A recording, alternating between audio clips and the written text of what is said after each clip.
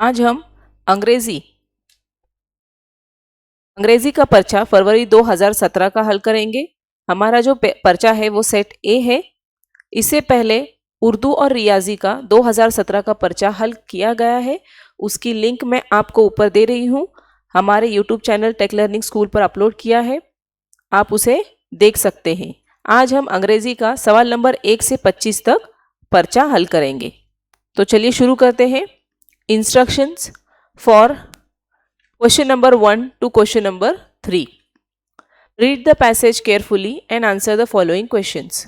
यहाँ पर हमें एक पैसेज दिया गया है, उसे केयरफुली पढ़ना है ध्यान से और सवालों के जवाब देना है। क्वेश्चन नंबर 1 to 3 के लिए इंस्ट्रक्शन है। Vidyavardhini high school got the sports championship in this year. The students were the toppers in Kho-Kho, cricket, athletics and football. They also lifted the swimming trophy. City High School were runner-up. They lost the championship by 2 marks. तो इस तरह से 3 से 4 सत्रों का ये एक passage है, उसे हमें ध्यान से पढ़ना है और उस पर मुनस्सिर सवालों के जवाब देने हैं। तो देखते हैं हमारा पहला सवाल क्या है। How many sports are mentioned in the above passage? 2, 4, 5, 6। तो हमें यहाँ पर कितने स्पोर्ट्स के नाम दिए गए हैं वो देखना है। तो देखिए ये हमारा पैसेज हमने यहाँ पर देखे थे, kho kho, cricket, athletics, football, swimming. तो इस तरह से हमने जो देखे हैं वो 5 है, 5 स्पोर्ट्स के नाम देखे हैं। तो इस तरह से हमारा जो 3 नंबर का ऑप्शन है वो सही है। Next question, find the opposite word for lost. हमें यहाँ पर गौर से पढ़ना है सवाल को। लॉस्ट के लिए अपोजिट वर्ड तलाश करना है। लिफ्टेड, वन, गेन, फूट। तो देखिए हमने यहाँ पर देखे हैं कि दे लॉस्ट द चैंपियनशिप। यहाँ पर लॉस्ट यानी वो हार गए हैं। हारने का अपोजिट है जीतना, यानी वन, यानी 2 नंबर का ऑप्शन हमारा सही है। नेक्स्ट क्वेश्चन है friend, friendship, question mark, championship. अगर हम पहले वाले तनासुब को देखते हैं तो फ्रेंड फ्रेंडशिप कहा गया है, यानी यहाँ पर जैसे उर्दू में साबिके और लाहिके होते हैं वैसे ही इंग्लिश में सफिक्स और प्रीफिक्स होते हैं। तो यहाँ पर फ्रेंड को फ्रेंडशिप लगाया गया है, सफिक्स लगाया गया है। उसी तरह से चैंपियनशिप है तो ये भी शिप जो है वो सफिक्स है, तो चैंपियन उसके लिए सही लफ्ज़ होगा चैंपियनशिप। तो ये 4 नंबर का ऑप्शन जो है हमारा सही है। नेक्स्ट क्वेश्चन है, read the following sentences, choose one correct option which has proper position of comma. ये कॉमा जो पंक्चुएशन मार्क है वो सही जगह पर कहाँ पर लगा हुआ है, किस ऑप्शन में सही जगह पर कॉमा का इस्तेमाल किया गया है, ये हमें पढ़कर देखना है। If we go deep down in the ocean there is no sunlight. Deep down के बाद में कॉमे का मतलब होता है कि हमें थोड़ा सा उस जुमले में ठहराव करना है, थोड़ा सा वक्फा लेना है। तो यहाँ पर ये सही नहीं है। सेकेंड वाला देखते हैं, if we go deep down in the ocean there is no sunlight. यहाँ पर ये 2 नंबर के ऑप्शन में वो सही जगह पर लगाया हुआ है, इसलिए हमारा 2 नंबर का ऑप्शन सही है। अगला सवाल है, चूज द प्रॉपर कंपैरिजन। ये कंपैरिजन यानी मवाजना, इस टॉपिक से सवाल लिया गया है। एज लो एज, यहाँ पर हमें एज लो एज उसके लिए कोई एक नाम बताना है। बटरफ्लाई, आइस, बी या फिर स्नेल। ये जो है इसम की जो खासियत है उसके मुताबिक होता है, जिसे कि एज लो एज। बटरफ्लाई जो है वो फुर्तीली होती है, आइस ये जो है सख्त होता है और मेल्ट भी होता है, फिर बी ये भी फुर्तीली होती है, लेकिन स्नेल जो है ये slowest animal in the world है। तो इसलिए एज स्लो एज हम कंपेयर करेंगे उसे स्नेल को, इसलिए 4 नंबर का ऑप्शन हमारा सही है।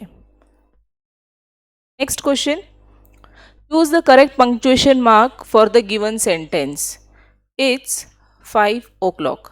तो देखिए यहाँ पे जब 5 o'clock कहा गया है तो ओ के पास में अपोस्ट्रोफी आना चाहिए थी, जो कि यहाँ पर नहीं है। तो यहाँ पर question mark, apostrophe, comma, exclamatory mark कौन सा सही होगा, ये हमें चूज करना है। तो ओ के बाद में यहाँ पर अपोस्ट्रोफी आना चाहिए था, तो ये 2 नंबर का ऑप्शन हमारा सही है, 5 o'clock, उसके लिए अपोस्ट्रोफी। नेक्स्ट है 7 नंबर का question, choose the correct alternative. The hut was dash the sea, near, on, in, above. तो देखिए हमें यहाँ पर करेक्ट प्रीपोजिशन का यूज करना है। The hut was near the सी, ये सही उसका प्रीपोजिशन होगा, क्योंकि वो हट जो है वो सी के नज़दीक है। ऑन, अबव, इन ये गलत होंगे, तो नियर यानी 1 नंबर का ऑप्शन हमारा सही है। Next question, read the following motto regarding tree plantation programme. यहाँ पर मोटो है रिगार्डिंग टू ट्री प्लांटेशन है, तो हमें उसको जहन में रखना है। Select the correct alternative to complete it, each one dash one, sleep, plant, jump, drink. तो देखिए यहाँ पर अगर हम यहाँ पर प्लांट के बारे में है प्रोग्राम, तो हम प्लांट ही लेंगे, ईच वन प्लांट वन, हर एक ने एक दरख्त लगाना है। तो इस तरह से एक नारा कंप्लीट होगा, तो 2 नंबर का ऑप्शन हमारा सही है। नेक्स्ट क्वेश्चन देखते हैं, सॉल्व द फॉलोइंग पजल। यहाँ पर देखिए W, यहाँ पर एक ऐसा कॉमन अल्फ़ाबेट आएगा जिससे 2 मीनिंगफुल वर्ड बनेंगे, हॉरिजॉन्टली भी और वर्टिकली भी। तो ये यहाँ पर अगर हम, यहाँ पर देखिए ऑप्शन में दिया गया है ESAO, तो यहाँ पर अगर हमें जो अल्फाज मालूम है, अगर हमारे अल्फाज का ज़ख़ीरा है, तो हम इधर फ़ौरन पहचानेंगे कि यहाँ पर O आएगा। तो देखिए O आने के बाद में WOLF वुल्फ एक बनेगा और FOLK फोक एक बनेगा। तो इस तरह से हमारा जो 4 नंबर का ऑप्शन है O का, वो सही है। अगला सवाल, find the hidden letter in the given picture. बहुत ही आसान सवाल है। यहाँ पर हिडन लेटर यानी छुपा हुआ अंग्रेजी का अल्फ़ाबेट हमें तलाश करना है, और यहाँ पर हमें दिखाई दे रहा है कि यहाँ पर H बनता है, जो कि कैपिटल लेटर का H है। 1 नंबर का हमारा ऑप्शन सही है। नेक्स्ट क्वेश्चन है, choose the correct living place for pig. यहाँ पर पिग के लिए सही लिविंग प्लेस बताना है। हमने पढ़ चुके हैं ये हर एक जानवर का जो लिविंग प्लेस है अलग अलग है और उसके नाम है। तो यहाँ पर 1st नंबर का ऑप्शन है वो केनल है। केनल ये डॉग के लिए है, डॉग का लिविंग प्लेस जो होता है उसे केनल कहते हैं। स्टेबल, ये स्टेबल जो है हॉर्स के लिविंग प्लेस को कहेंगे। देन ये लायन के लिविंग प्लेस को कहेंगे, और स्टे जो है वो पिग के लिए है। इसके अलावा अगर पेन भी आता है तो वो भी पिग का है लिविंग प्लेस। यहाँ पर स्टे दिया गया है, तो हमारा 4 नंबर का ऑप्शन सही है। The living place of pig is stay. Next question, select the correct rhyming word for the given object. तो देखिए यहाँ पर एक तस्वीर दी गई है, पिक्चर है सन का, और हमें उसका राइमिंग वर्ड देखना है। यहाँ पर सन राइमिंग के लिए यानी जो एंडिंग साउंड है वो सेम होता है राइमिंग वर्ड्स के, हम पढ़ चुके हैं। यहाँ पर मैन, डेन, फन, मड ये दिया गया है, तो सन के लिए फन ये सही राइमिंग वर्ड है, यानी हमारा 3 नंबर का ऑप्शन सही है। नेक्स्ट क्वेश्चन देखते हैं, choose the mismatched pair of the following. Mismatched यानी गलत जोड़ी हमें देखना है।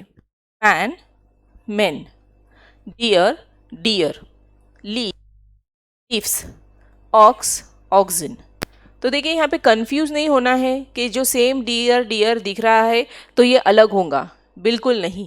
कुछ खास इसमें ऐसे होते हैं जिनके वाहिद जमा एक जैसे होते हैं, तो ये डियर भी उसी में से है। डियर एक अगर होगा तो भी डियर होंगे, और बहुत सारे होंगे तो भी वो उनका जमा भी डियर ही होती है।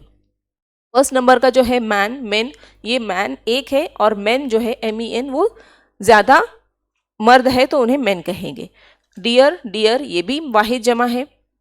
ऑक्स, ऑक्सिन ये भी वाहिद जमा है, लेकिन लीफ का जो है यहाँ पर जमा LEAVES आना चाहिए था, यहाँ पर लीव्स कहा गया है। तो बच्चे इसमें कंफ्यूज हो जाते हैं और जल्दबाजी में हम उसे नहीं समझ पाते हैं, तो इसलिए गौर करना है। हमारा जो सही ऑप्शन है, जो मिसमैच्ड पेयर है, गलत जोड़ी जो है वो 3 नंबर का ऑप्शन है, लीफ, लीव्स, यानी हमारा 3 नंबर का ऑप्शन सही है। नेक्स्ट क्वेश्चन देखते हैं, select the correct option for seeking permission तो देखिए हमें किसी से परमिशन लेना है, तो उसके लिए हम क्या कहेंगे? I am going for a picnic. ये तो सिंपल सेंटेंस है, ये कहा, एक जुमला कहा गया है कि मैं पिकनिक जा रही हूँ। Can I go for a picnic? I am not going for a picnic, I went for a picnic. तो देखिए इसमें अगर हम सीकिंग परमिशन कर रहे हैं तो कैन आई आएगा, ठीक है। तो can I go for a picnic, ये एक सवाल पूछा जा रहा है और परमिशन के लिए। तो यहाँ पर हमारा जो 2 नंबर का ऑप्शन है वो सही है। Next question, find the odd word. यहाँ पर ऑड वर्ड देखना है।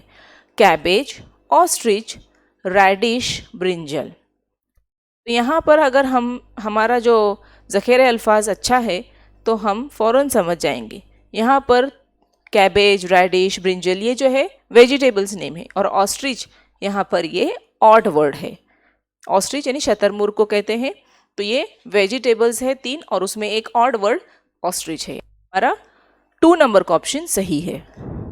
नेक्स्ट देखते हैं, fill in the blank using the correct article. हमें आर्टिकल ए एंड द का इस्तेमाल जो है वो हमें यहाँ पर कौन सा करेक्ट आर्टिकल फिट बैठता है वो देखेंगे। Neha saw dash elephant in a zoo. देखिए आर्टिकल्स वगैरह के भी हमारे वीडियोस हमारे यूट्यूब चैनल पर अपलोड किए हैं, उसकी लिंक मैं आपको ऊपर देती हूँ कि कहाँ पर हमें आर्टिकल का इस्तेमाल करना है। तो Neha saw an elephant in a zoo होगा। क्यों? क्योंकि यहाँ पर जब नेक्स्ट वर्ड जो है ई से स्टार्ट हो रहा है, उससे पहले हमें क्या लगाना है? तो ई जो है ये एक वॉवल है, और सिर्फ ई ही नहीं बल्कि जिसका साउंड वॉवल का निकलता है उससे पहले हमें एन लगाना है। तो यहाँ पर एलिफेंट जो कि अल्फ़ाबेट भी ई है और उसका साउंड भी ए का ही निकलता है, इसलिए यहाँ पर एन एलिफेंट होगा, यानी हमारा 4 नंबर का ऑप्शन सही है। नेक्स्ट क्वेश्चन है 17 number, read the words in the following diagram, choose the correct punctuation mark. देखिए यहाँ पर ये एक डायग्राम है, हुर्रे, वाओ, ब्राओ, ओह। तो ये जो है एक्सप्रेशंस है ये, तो इसके लिए हमें एक्सक्लेमेशन मार्क के लिए इस तरह के एक्सक्लेमेशन मार्क यहाँ पर इस्तेमाल होगा, क्योंकि ये जो है ताज्जुब के लिए इस तरह के अल्फाज इस्तेमाल कहते हैं सरप्राइज के लिए, यानी एक्सक्लेमेशन मार्क यहाँ पर सही पंक्चुएशन मार्क होगा, यानी 3 नंबर का ऑप्शन हमारा सही है। Next question, choose the correct alternative. यहाँ पर ये एक अदद दिया गया है नंबर, उसके लिए इन वर्ड्स हमें लिखना है कि उसको लफ्ज़ों में किस तरह से लिखते हैं। तो देखिए ये इकाई, दहाई, सैकड़ा, हज़ार, 10,000, लाख, 10 लाख, यानी 10 लाख है, लेकिन यहाँ पर 10,000, 1 लाख, अ मिलियन, 10 मिलियन कहा गया। तो 10 लैक्स का यहाँ पर नहीं है, बट इंग्लिश में 10 लैक्स को अ मिलियन कहेंगे, यानी 1 मिलियन, यानी हमारा 3 नंबर का ऑप्शन सही है। नेक्स्ट क्वेश्चन है, select the correct option. 15 August is our dash day, republic day, independence day, mothers day और टीचर्स डे। तो देखिए ये जो डेज जो है ना, इंपॉर्टेंस ऑफ डेज, ये भी ज़रूरी है आपको याद रहना। 15 अगस्त को हम क्या मनाते हैं, रिपब्लिक या इंडिपेंडेंस? बच्चे कंफ्यूज होते हैं 26 जनवरी और 15 अगस्त में। तो 15 अगस्त जो है हमारी यौम आज़ादी है, यानी इंडिपेंडेंस डे है, इसलिए हमारा 2 नंबर का ऑप्शन सही है। 20 नंबर का क्वेश्चन है, choose the correct greeting from the options. यहाँ पर हमें ग्रीटिंग लेना है एक, Ajay was ill, Rishikesh visited him in hospital, he said dash dash. अब वो ऋषिकेश जो है वो अजय को मिलने गया है हॉस्पिटल, क्योंकि अजय बीमार है, और वो उसे क्या कहेगा बिफोर लिविंग हॉस्पिटल, हॉस्पिटल छोड़ने से पहले, उसको बाय करने से पहले क्या कहेगा? वेलकम कहेगा, गो टू अनदर डॉक्टर कहेगा, कॉन्ग्रेचुलेशंस कहेगा, या गेट वेल सून कहेगा? ऑब्वियसली वो हॉस्पिटल में है तो उसे जल्द से जल्द अच्छा हो जाओ, ये ग्रीटिंग कहेगा, यानी गेट वेल सून, यानी 4 नंबर का ऑप्शन हमारा सही है। नेक्स्ट क्वेश्चन है, by arranging the given words in alphabetical order which word will be in the middle position. तो देखिए यहाँ पर ये थोड़ा सा टाइम कंज्यूमिंग है, लेकिन अगर हमें इसकी प्रैक्टिस होगी तो हम इसे जल्दी करेंगे। हमें थोड़ा सा हाजिर दिमागी का इस्तेमाल करना है। यहाँ पर फोरहेड, आईलिड, आईब्रो, आई लैश, एल्बो इस तरह से दिए गए हैं। यहाँ पर फोरहेड जो है एफ से स्टार्ट होता है, बाकी जो भी है 4 वर्ड्स वो ई से शुरू होते हैं, तो सबसे पहले ई वाले अल्फा वर्ड्स आएंगे, इसलिए फोरहेड को हम थोड़ी देर के लिए इग्नोर, वो सबसे लास्ट में आएगा। ई वाई, यहाँ पर देखिए ई वाई है, दूसरे वाले भी ई वाले वर्ड में ई वाई है, इसमें भी ई वाई है और इसमें ई एल है, तो ई वाई और ई एल के मुकाबले में कौन पहले आएगा? ई एल पहले आएगा, यानी एल्बो फर्स्ट नंबर पर आता है। फिर जो ई वाई वाले बचते हैं उसमें E Y E Y E Y ही, तीनों में भी ई वाई ई है। अब हम किस तरह से देखेंगे? उसका फोर्थ वाला लेटर देखेंगे, तो यहाँ पर एल है, यहाँ पर आईब्रो में बी है और आई लैश में एल है, तो जाहिर सी बात है एल और बी के कंपैरिजन में बी पहले आएगा, यानी आईब्रो वाला वर्ड पहले आएगा। फिर अब जो बचे हैं उसमें I E Y E L I D है और एल ए है, तो आई लैश वाला आएगा और फिर बाद में आई लिड आएगा। जब हम ई वाले चारों लेंगे तो उसके बाद में लास्ट में फोरहेड होगा। और हमें जो सवाल दिया गया है, सवाल का अगला जो हिस्सा है, विच word will be the middle position कहा गया है, यानी दरमियान में आएगा। 1 2 3 4 5, 5 में से ये जो आई लैश है ये मिडल में है, इसलिए आई लैश वाला जो हमारा 3 नंबर का ऑप्शन है वो सही है। नेक्स्ट क्वेश्चन देखते हैं। Select the correct option, the girl has a dash in the given picture. देखिए यहाँ पर ये एक लड़की है, उसने सर को हाथ लगाई है, तो इससे हमें ये जाहिर हो रहा है कि उसके एक्सप्रेशंस जो है उससे ऐसा लग रहा है कि उसे हेडेक है।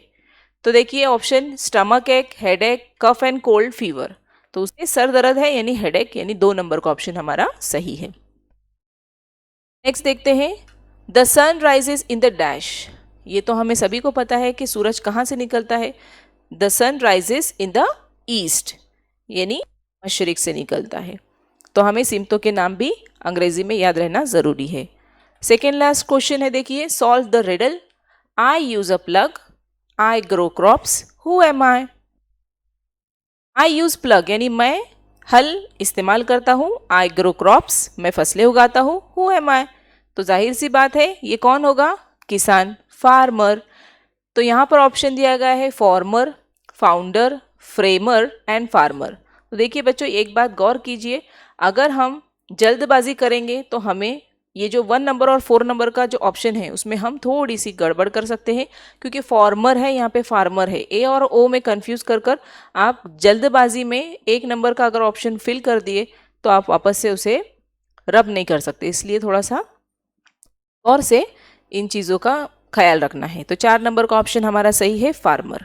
लास्ट क्वेश्चन जो कि पेपर 2 में इंग्लिश जो है 1 से 25 तक सवाल होते हैं, तो उसमें 25 नंबर का सवाल हमारा आखिरी सवाल है। Choose the correct contracted form for the underlined word, I will not come with you. देखिए कॉन्ट्रैक्टेड फॉर्म ये जो है विल नॉट के लिए शॉर्ट वर्ड हमें देखना है, कॉन्ट्रैक्टेड फॉर्म देखना है, यानी वोंट और विलंट दिया गया है। तो देखिए यहाँ पर अगर हमने पढ़े हैं उसे तो हम फौरन समझ में आएगा हमें अपॉस्ट्रोफी सही जगह पर लगाना है। तो यहाँ पर सही जगह पर अपॉस्ट्रोफी जो है वो 2nd नंबर के ऑप्शन में है, WON apostrophe T, won't, will not के लिए I won't come with you भी कह सकते हैं, I will not come with you भी कह सकते हैं। ये contracted form won't 2nd number का ऑप्शन हमारा सही है। इंशाल्लाह हमारा अगला वीडियो ज़हनी आजमाइश का 2017 का हलशुदा पर्चा होगा। तो इस तरह से हमारे पेपर 1 और पेपर 2 इस तरह से दोनों भी हल हो जाएंगे। इंशाल्लाह हम मिलेंगे अगले वीडियो में। शुक्रिया।